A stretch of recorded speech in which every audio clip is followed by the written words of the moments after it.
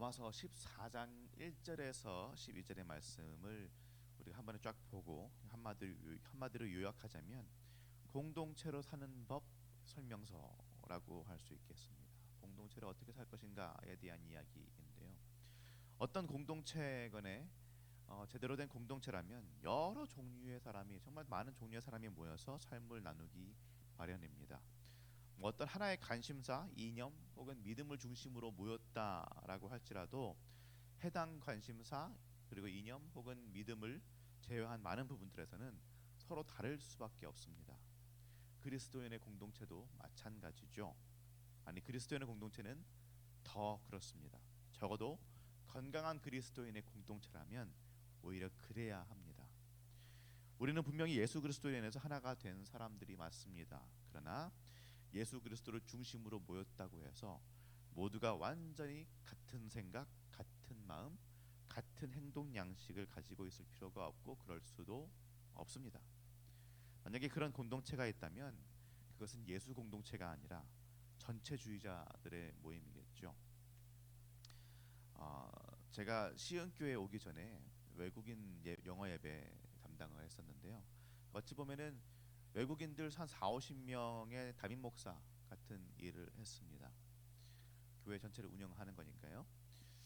교인의 반은 한 1년 혹은 길어봤자 2, 3년 왔다 가는 서양의 영어 교사들이었고요. 그리고 한 10분의 3 정도는 2년에서 4년 정도 왔다가 가는 석사 혹은 박사 과정 학생들이었고, 이 학생들은 특이하게 아프리카 쪽에서 좀 많이 왔습니다. 그리고 나머지는 교포나 뭐 한국인 분들이었죠.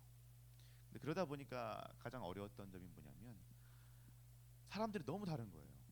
다들 그냥 뭐 동양, 서양, 뭐 또 그리고 아프리카 쪽 이렇게 다 있다 보니까 너무 생각하는 것이 다르고 생각 패턴이 다르고 식문화도 다르고, 그런데 그것보다 더 많이 달랐던 거는 신앙 자체가 달랐어요.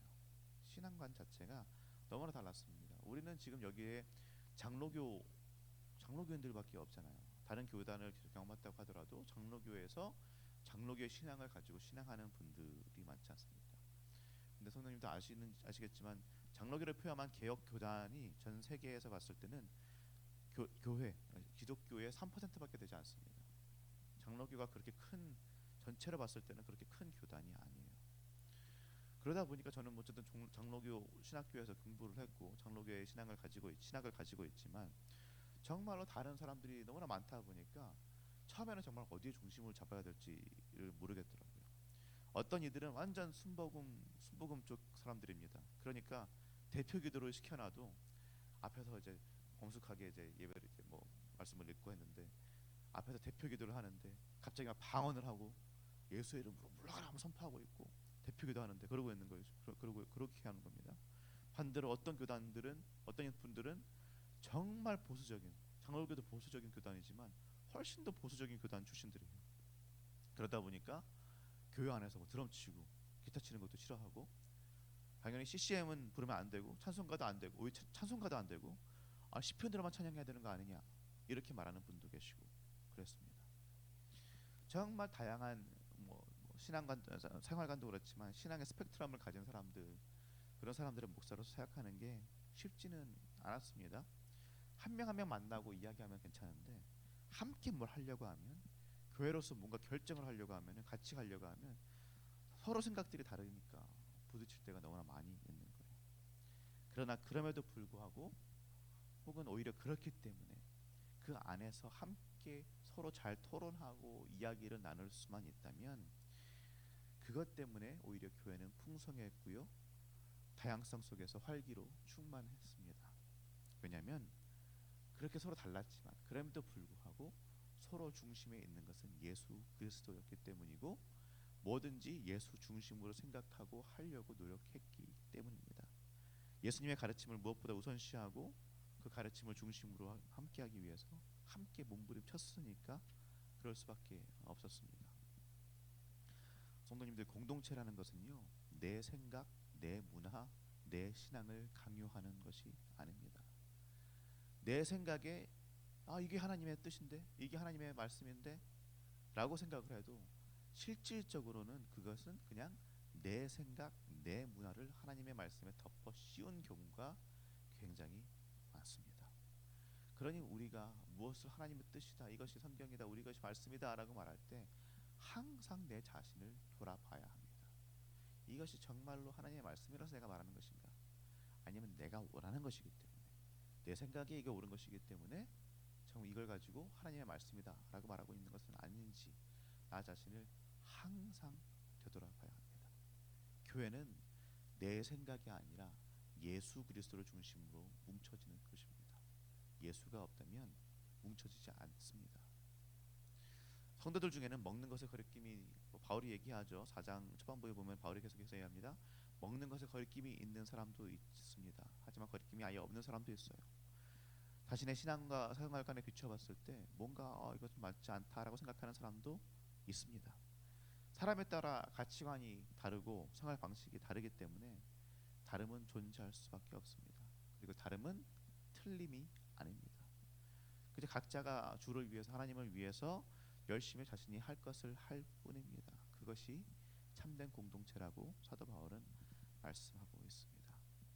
우리 14장 10절 말씀 함께 읽어보겠습니다. 14장 10절입니다. 네가 어찌하여 네 형제를 비판하느냐? 어찌하여 네 형제를 업신여기느냐?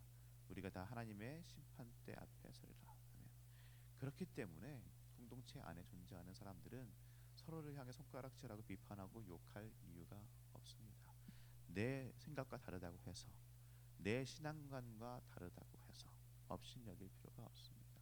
아니 이걸 왜 그렇게 해? 이걸 왜 그렇게 생각해? 그렇게 업신여길 필요가 없습니다.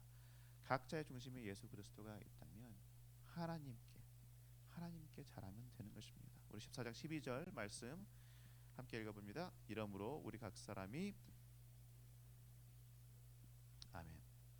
하나님한테 응답하면 되는 것입니다. 하나님한테 나의 신앙의 양심을 가지고 하나님 앞에서 내가 잘하면 됩니다. 남을 왈가왈부할 것이 아닙니다.